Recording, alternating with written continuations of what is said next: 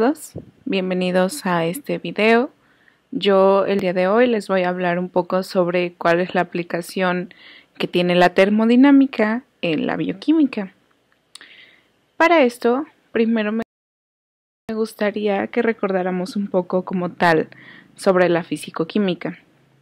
Porque, como ya sabemos, la fisicoquímica es el estudio de los principios físicos que son subyacentes, que gobiernan las propiedades y el comportamiento de los sistemas químicos. Un sistema químico lo podemos estudiar desde un punto de vista microscópico o uno macroscópico. El punto de vista microscópico se basa en el concepto de moléculas y el macroscópico estudia propiedades de gran escala de la materia sin un uso explícito del concepto de molécula. A la fisicoquímica la dividimos en 4 áreas, que son la termodinámica, la química cuántica, la mecánica estadística y la cinética. La termodinámica, que es en lo que nos vamos a centrar más en este video, es una ciencia macroscópica que estudia las interrelaciones de las diversas propiedades de equilibrio de un sistema y los cambios en las propiedades de equilibrio en procesos.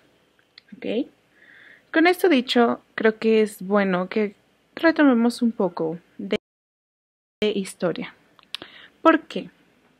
Hasta bastante adentrado en el siglo XIX, los filósofos de la naturaleza, que la verdad es que se encontraban celosos quizá de la versatilidad sintética que tenían los organismos vivos, se encargaban de justificar, la verdad es que era una ineptitud en el laboratorio. Esto porque consideraban que los seres vivos poseían una misteriosa fuerza vital. La energía que era derivada de esa fuerza vital solamente estaba a disposición de los sistemas animados y podía llevar a cabo tareas sintéticas que los experimentadores más dotados no podían hacer en sus tubos de ensayo. Después, esta teoría fue desacreditada en 1828 por la síntesis de un compuesto orgánico, en este caso fue la urea, a partir de materiales inorgánicos por Wöhler.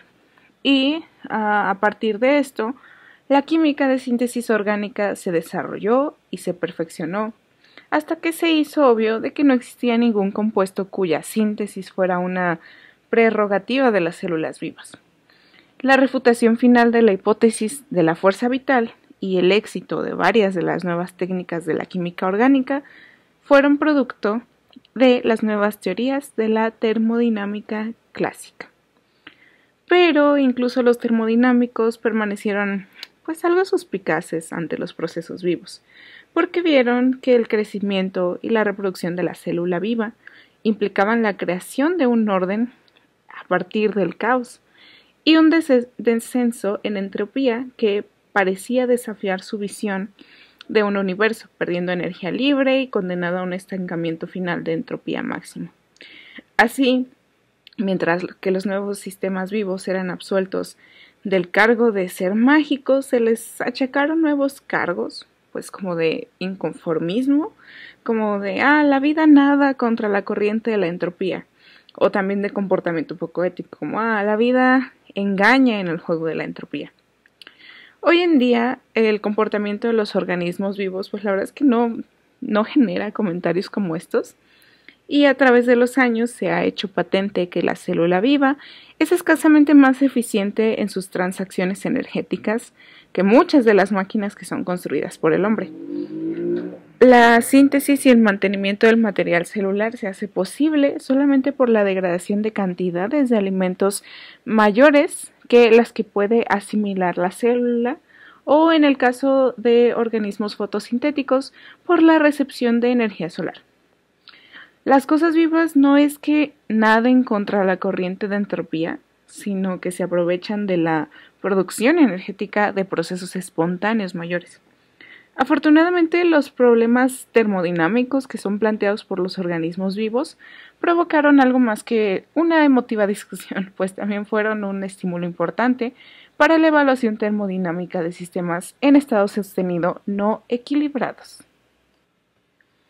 Con esto ya dicho, ahora pasemos a ver el significado bioquímico de la termodinámica clásica.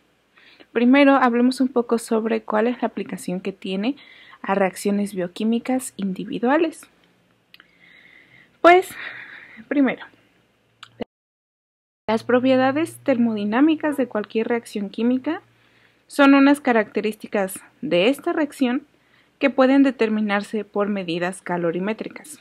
Estas medidas no interfieren con el curso de la reacción, como esta que está en términos de el cambio en la energía de Gibbs estándar, y también pueden llevarse a cabo en cualquier reacción química, independientemente de la naturaleza de sus componentes, como esta aquí que está en términos de el cambio en la entalpía. Bueno, esta inespecificidad de la microcalorimetría podría ser útil, por ejemplo, para determinar los diversos metabolitos, ya sean los sustratos, los inhibidores, los activadores, que se encargan de reaccionar con una enzima que es aislado por primera vez. Pero además de indicar la existencia de una reacción y ayudar a su caracterización, los descubrimientos termodinámicos pueden poner también de manifiesto nuevos aspectos de la química. Pongamos un ejemplo. En el año de 1956, dos científicos, Lackey y Kitzinger, midieron el cambio en la entalpía para la acción de la enzima trombina, que es esta que pueden ver aquí representada. La acción de esta enzima sobre su sustrato fibrinógeno. Esta es una reacción que está implicada en la coagulación de la sangre. Ellos obtuvieron diferentes valores de delta H según el calor de neutralización del tampón en el que se llevaba a cabo la reacción, y fueron capaces también de atribuir estas diferencias a la liberación de 2 protones por moléculas de fibrinógeno utilizada.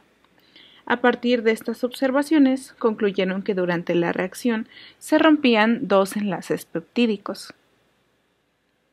La determinación de los cambios entrópicos en las reacciones bioquímicas tiene normalmente aún mayor interés, ya que parece evidente que la conformación tridimensional de una macromolécula determina a menudo su actividad biológica. Como los cambios en la conformación molecular se reflejan normalmente en un cambio acompañante de entropía, esto remarca más la importancia práctica de la determinación de los valores de entropía. Así, ciertos compuestos, a los que conocemos como efectores alostéricos, modifican específicamente la actividad catalítica de una enzima cuando se combinan con su molécula en un sitio diferente del ocupado por su sustrato normal, creyéndose que alteran la configuración de la molécula de proteína a la cual están enlazados. Esta distorsión, si es grande, se debe reflejar en un cambio de entropía detectable que acompañe a la interacción entre el efector y la proteína. Un ejemplo apropiado para esto lo proporciona el descubrimiento de Wuerzel, quien en el año 1965 estudió la activación de un enzima respiratorio, que era el NADH deshidrogenasa de Mycobacterium tuberculosis, por el nucleótido adenosina 5-fosfato, representado como AMP, y encontró que se enlazaba reversiblemente a la superficie de la molécula enzimática en un único sitio, o sea, representada por esa reacción de aquí. Se encargó de medir la constante de equilibrio para esta reacción a varias temperaturas. En este caso pudo calcular que a 303 grados Kelvin para los valores de el cambio en la entalpía estándar eran 52.3 kJ mol a la menos 1 y el cambio en la energía de Gibbs estándar era de menos 20 kJ mol a la menos 1. Esto para el enlace de adenosina 5-fosfato.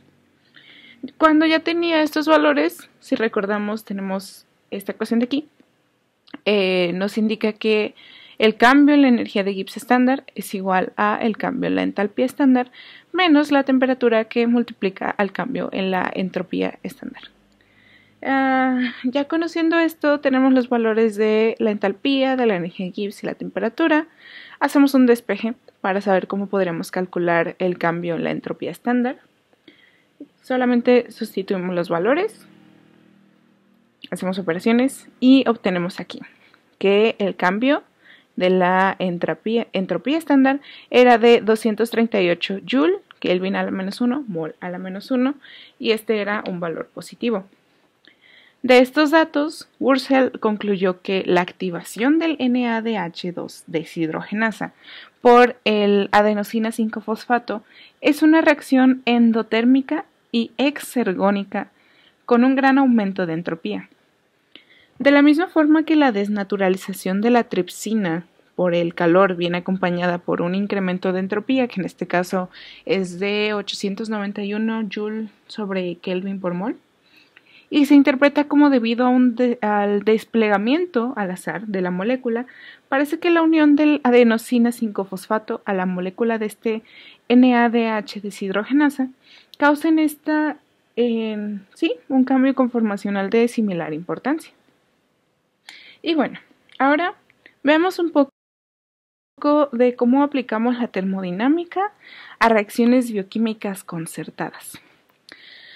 Quizá aún más importante que la información que los datos termodinámicos nos pueden dar acerca de las reacciones bioquímicas individuales es la información que a partir de ellos podemos obtener del funcionamiento cooperativo de estas reacciones durante el metabolismo. Para un termodinámico, los criterios que distinguen un organismo vivo pues son crecimiento, reproducción, sensibilidad y el mantenimiento de una estructura altamente ordenada en un ambiente extraño. Todos estos representan un gasto constante de energía libre. Esto significa a su vez que el organismo, el cual opera isotérmicamente, debe acoplar sus tareas aparentemente endergónicas a procesos exergónicos más amplios. Imaginemos un organismo vivo que contiene un compuesto, a este lo vamos a denominar con la letra Y, ¿ok? Y cuya síntesis a partir del precursor, que en este caso lo denominamos con la letra X, es bajo unas condiciones dadas un proceso endergónico, es decir, esta reacción de aquí, ¿ok? Esto a su vez nos puede significar que bajo las mismas condiciones la degradación de Y para dar lugar a X es una reacción endergónica. Esto de aquí, ¿de acuerdo? Solamente cambiamos cuál reacciona para generar cuál y se puede notar el cambio en los signos que acompañan a el cambio de la energía de Gibbs estándar. Cada célula viva basa el mantenimiento de su viabilidad en la existencia de ciertos procesos altamente exergónicos, como la fermentación, la respiración o las reacciones luminosas de la fotosíntesis. Si estos procesos sintetizan Y a partir de X y las reacciones anabólicas de la célula tienen lugar espontáneamente como consecuencia de la participación de Y como reactante, regenerando X, entonces se hace obvia la función de enlace de acoplamiento de esta reacción, de la reacción que X genera irreversible hacia Y. ¿Okay? Los bioquímicos han identificado este sistema de aquí, que era el que les estaba hablando, y han visto que es esencialmente idéntico en todos los seres vivos. La reacción implicada es la síntesis del adenosin trifosfato a partir del adenosin difosfato y el fosfato inorgánico. Esta reacción de aquí. El proceso exergónico impulsor es acoplado a esta reacción, la cual procede entonces de un modo espontáneo en la dirección de la síntesis del ATP, mientras que el proceso endergónico contrario tiene lugar espontáneamente también, acoplándolo a la hidrólisis del ATP para dar lugar al ADP y al fosfato inorgánico. Otro aspecto de la unidad bioquímica se pone de relieve por el hecho de que, independientemente de la fuente de energía aprovechada por los organismos vivos, por ejemplo, a los organismos fotosintéticos que utilizan la luz solar, o los anaerobios que fermentan alimentos orgánicos, o los aerobios que respiran, ¿no?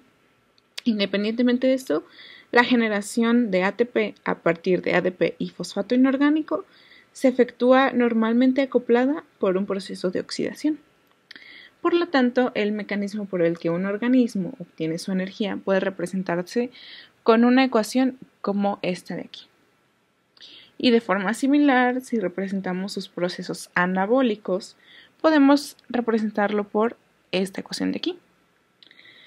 Y podemos designar la función del ATP finalmente como esta fórmula de aquí. Y por consiguiente, la función del ATP se puede expresar por este diagrama que nos encontramos aquí. Y bueno, incluso para resumir todos los mecanismos conocidos de generar ATP y su utilización en las células vivas, la verdad es que necesitamos mucho más tiempo y tenemos que hacer referencia a muchos autores diferentes. Por ejemplo, no sé, Leninger, Krebs o también Kornberg, ¿no? Entonces esta solo es como una pequeña introducción. Y aunque actualmente se conocen con gran detalle las vías de transporte de electrones mediante las cuales se llevan a cabo los procesos exergónicos de oxidación, por el momento se sabe menos sobre los mecanismos por los que esas vías se acoplan a la síntesis de ATP. Se tiene mucha más información con respecto a los mecanismos por los cuales se utiliza el ATP en toda una serie de reacciones, aunque la situación se puede complicar por el hecho de que el ATP se puede emplear primero en la síntesis de otros compuestos activados o de gran energía, y los cuales son los sustratos verdaderos en el proceso final que necesita energía libre. Bien, pues la verdad aquí termina esta pequeña introducción al tema. Es un tema muy extenso en el cual se requiere de mucho tiempo, de muchas otras bibliografías para comparar y quizá hasta alguien más calificado para explicar este tema a mayor detalle, ¿no? Pero creo que es muy interesante ver cómo podemos relacionar muchas cosas, muchas áreas de estudio en un mismo tema. Creo que es muy interesante. Por el momento esto sería todo de mi parte. Les comparto la bibliografía en la cual me basé para realizar esta pequeña presentación. Si tienen alguna duda, pueden contactarme por este medio, por comentarios de YouTube o por medio de mi correo electrónico. Quedo al pendiente de todos sus comentarios. Muchas gracias por su atención. Espero que este les haya sido un video algo interesante o que les haya podido proporcionar quizá un poco de información que no tenían al día de hoy.